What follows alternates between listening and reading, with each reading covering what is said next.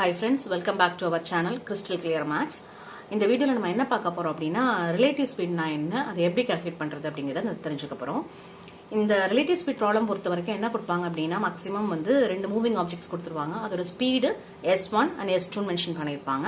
இந்த ரெண்டு moving ஆப்ஜெக்ட்ஸும் same டைரக்ஷன்ல மூவ் ஆகுதா இல்ல ஆப்போசிட் டைரக்ஷன்ல மூவ் ஆகுதான்னு மென்ஷன் பண்ணுவாங்க. They will ask for the distance கேட்கலாம், இல்ல இந்த ரெண்டும் ஆப்போசிட் டைரக்ஷன்ல மூவ் ஆச்சு அப்படின்னா எப்போ மீட் பண்ணிக்குங்கிற மீட்டிங் டைம் கேட்கலாம், இல்ல எவ்வளவு டிஸ்டன்ஸ்ல மீட் பண்ணுவாங்க அப்படிங்கிற மீட்டிங் டிஸ்டன்ஸ் கேட்கலாம். இந்த மாதிரி ப்ராப்ளம்ஸ் தான் இதுல வரும். ஓகேவா? சப்போஸ் இப்ப ரெண்டு ஆப்ஜெக்ட்டும் வந்து உங்களுக்கு சேம் டைரக்ஷன்லயும் மூவ் ஆச்சுன்னு வச்சுக்கோங்க. அதோட ரிலேட்டிவ் ஸ்பீடை எப்படி கால்குலேட் பண்ணணும் அப்படின்னா your relative speed SR will be equal to S1 difference S2. ஓகேவா? S1ங்கிறது ஃபர்ஸ்ட் ஆப்ஜெக்டோட மூவிங் ஸ்பீடு, செகண்ட் S2 அப்படிங்கிறது speed of the second object. ரெண்டு ஆப்ஜெக்ட்டுமே இப்போ ஆப்போசிட் டைரக்ஷன்ல மூவ் ஆச்சுது அப்படின்னா your relative speed will be equal to S1 plus S2. இது எப்படிங்கிறத பார்க்கலாம். சப்போஸ் ரெண்டு பிளாட்ஃபார்ம், ரெண்டு ரயில்வே ட்ராக் எடுத்துக்கோங்க. ட்ரெயின் ஏல நீங்க போறீங்கன்னு வச்சுக்கோங்க. ட்ரெயின் ஏ ஒரு ஆப்போசிட் ஒரு டைரக்ஷன்ல மூவ் ஆயிட்டு இருக்கு. உங்களோட parallel பிளாட்ஃபார்ம் ரயில்வே ட்ராக்ல இன்னொரு ட்ரெயின் மூவ் ஆகுது. Both are moving at the same speed. For example நீங்க போற ட்ரெயின் வந்து ஒரு 50 km/h ஸ்பீட்ல போச்சு அப்படின்னா உங்களோட parallel ட்ராக்ல இருக்கிற ட்ரெயினும் அதே 50 km/h ஸ்பீட்ல தான் போகுது. ரெண்டு ட்ரெயினுமே சேம் டைரக்ஷன் நோக்கி தான் போகுது. இப்போ இந்த ட்ரெயின்ல ஏல இருந்து நீங்க ட்ரெயின் பியை பாக்குறப்ப உங்களுக்கு எப்படி இருக்கும் அப்படின்னா ட்ரெயின் பி வந்து ரெஸ்ட்ல இருக்கிற மாதிரி நமக்கு தெரியும். ஓகேவா? ஏன் அப்படின்னா ரெண்டுமே சேம் டைரக்ஷன்ல போகுது அண்ட் பிளஸ் ரெண்டுமே சேம் ஸ்பீட்ல தான் மூவ் ஆகுது. ஸோ S1 எனக்கு என்னது 50 km/h தான் and S2 also will be equal to 50 km/h.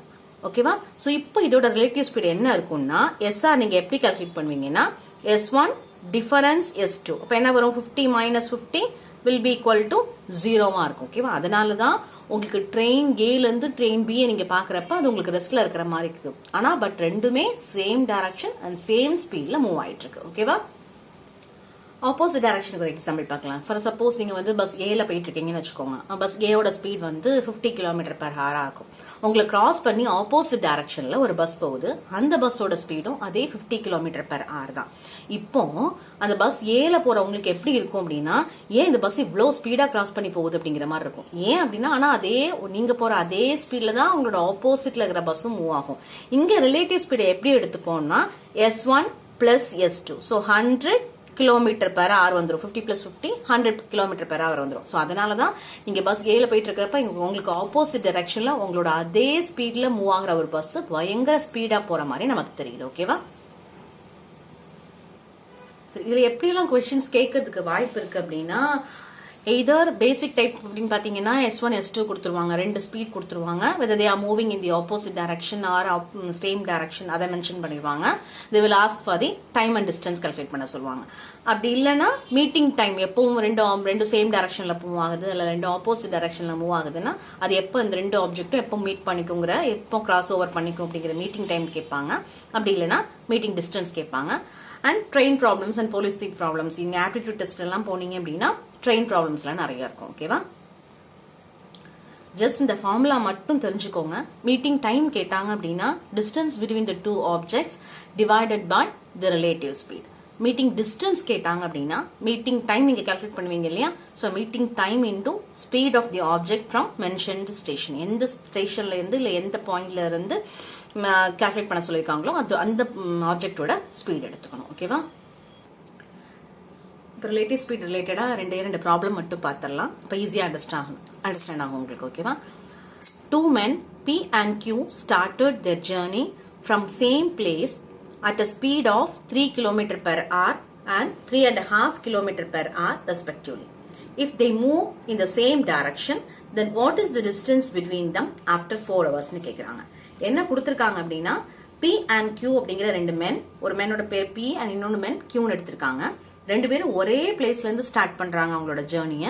ஒவ்வொருத்தரோட ஸ்பீடும் கொடுத்திருக்காங்க. ஃபார் எக்ஸாம்பிள் இந்த சேம் பிளேஸ்ல இருந்து P ஸ்டார்ட் பண்றாரு அவரோட ஜேர்னிய. ஃபார் எக்ஸாம்பிள் P ஒரு பிளேஸ்ல இருந்து ஸ்டார்ட் பண்றாரு அவரோட ஜேர்னிய. அவரோட ஸ்பீட் எவ்வளவு? 3 km/h கொடுத்திருக்காங்க. ஓகேவா? அதே சேம் பிளேஸ்ல இருந்துலாம் Q அப்படிங்கிற மேன் ஸ்டார்ட் பண்றாரு அவரோட ஜேர்னிய. அவரோட ஸ்பீட் வந்து 3.5 km/h கொடுத்திருக்காங்க. என்ன கேட்டிருக்காங்க? If they move in the same direction. So same டைரக்ஷன்ல தான் ரெண்டு பேருமே மூவ் ஆகுறாங்க. then what is the distance between them after 4 hours? So 4 hours கழிச்சதுக்கு அப்புறமாட்டு அவங்க ரெண்டு பேருக்கு நடுவுல எவ்வளவு டிஸ்டன்ஸ் இருக்குன்னு கேக்குறாங்க. ஏன்னா ரெண்டு பேரோட ஸ்பீடும் வேற மாதிரி இருக்கு. P அப்படிங்கிறவர் 3 km/h மூவ் ஆகுறாரு, Q அப்படிங்கிறவர் 3.5 km/h மூவ் ஆகுறாரு. ரெண்டு பேருக்கு நடுவுல இருக்கிற டிஸ்டன்ஸ் ஆஃப்டர் 4 hours கேக்குறாங்க. இங்க பாருங்க, given S1 3 km/h, ஸ்பீட் 1 எடுத்துக்கோங்க, ஸ்பீட் 2 3.5 km/h. இங்க என்ன நீங்க செக் பண்ணணும் அப்படின்னா எந்த பிளேஸ்ல இருந்து அண்ட் எந்த டைரக்ஷன்ல மூவ் ஆகுறாங்க. சேம் பிளேஸ் அண்ட் சேம் டைரக்ஷன்ல தான் மூவ் ஆகுறாங்க. given வந்து டைம் வந்து 4 hours கொடுத்திருக்காங்க. அதுக்கப்புறம் you have to find the distance calculate பண்ணணும். நமக்கு என்ன தெரியும், distance is equal to இங்க ஸ்பீட் இன்டு டைம் தெரியும். இங்க வந்து நம்ம என்ன எடுத்துக்கணும்னா ரிலேட்டிவ் ஸ்பீட் எடுத்துக்கணும். SR இன்டு T போட்டிருக்கேன். ரிலேட்டிவ் ஸ்பீட் நான் SRன்னு வச்சிருக்கேன். சரி, இந்த SR எப்படி கால்குலேட் பண்ணுவோம்? ரெண்டு பேருமே என்ன டைரக்ஷன்ல மூவ் ஆகுறாங்க, சேம் டைரக்ஷன்ல தான் மூவ் ஆகுறாங்க. So my SR will be equal to S1 difference S2 எழுதுவேனா. சோ 3 difference 3.5 னு வச்சுக்கோங்க. You will get half an hour difference. ஓகேவா? half an hour தான் டிஸ்டன்ஸ் கிடைக்கும். half km/h கிடைக்கும். ஓகேவா? டைம் இப்போ நமக்கு distance D equal to speed தெரியும், half னு கால்குலேட் பண்ணி வச்சிருக்கேன். டைம் 4 hours, அதுக்கப்புறம் தான் நீங்க கால்குலேட் பண்ண போறீங்க. 4 hours அப்புறம் எப்ப மீட் பண்ண போறோம், எவ்வளவு டிஸ்டன்ஸ் இருக்குன்னு. So you will get 2.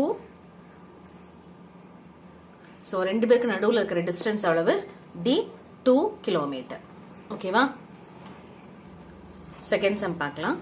Two people start from the same place in the same direction at speed 8 km/h and 6 km/h respectively. Find the distance between them after 12 minutes னு கேக்குறாங்க. So ரெண்டு பேர் நான் P and Q னு எடுத்துக்கேன். ஒருத்தரோட speed என்ன 8 km/h, Q ஓட speed என்ன மென்ஷன் பண்ணிருக்காங்க 6 km/h. இவங்க ரெண்டு பேருக்கு நடுவுல நீங்க டிஸ்டன்ஸ் கால்குலேட் பண்ணனும். எவ்வளவு டைம்க்கு அப்புறம்? After 12 minutes. நீங்க மென்ஷன் பண்ணிருக்கிறது என்ன, சேம் பிளேஸ்ல ஸ்டார்ட் பண்றாங்க அண்ட் சேம் டைரக்ஷன்ல மூவ் ஆகுறாங்க. சோ சேம் டைரக்ஷன்ல மூவ் ஆகுறாங்க அப்படின்னா என்னோட ரிலேட்டிவ் ஸ்பீட் நான் எப்படி எடுத்துப்பேன்? S1 டிஃபரன்ஸ் S2 தான். சோ 8 டிஃபரன்ஸ் 6 என்ன வரும்? your relative speed will be equal to 2 km/h. ஓகேவா? இப்போ நீங்க டிஸ்டன்ஸ் கால்குலேட் பண்ணனும். டிஸ்டன்ஸோட ஃபார்முலா நமக்கு ஆல்ரெடி தெரியும், டைம் இன்டு ஸ்பீட். இந்த ஸ்பீட் வந்து ரிலேட்டிவ் ஸ்பீட் எடுத்துக்கணும். டைம் வந்து 12 மினிட்ஸ்னு கொடுத்திருக்காங்க. ஸ்பீட் எல்லாமே எனக்கு km/h இருக்கு. சோ நான் 12 மினிட்ஸ் ஹவர்ஸ்க்கு மாத்திக்கிறேன். 12/60 ஹவர்ஸ்னு மாத்திக்கிறேன். இப்போ டைம் தெரியும் 12/60, ஸ்பீட் ஆல்ரெடி கால்குலேட் பண்ணி வச்சிருக்கேன் 2. நீங்க கட் பண்ணீங்கன்னா you will get 0.4 km which is equal to 400 meter. Some புரிஞ்சுதா? சோ இது வரைக்கும் பார்த்த ரெண்டு சம்மே வந்து ரெண்டு ஆப்ஜெக்ட்டுமே சேம் டைரக்ஷன்ல மூவ் ஆனாங்க.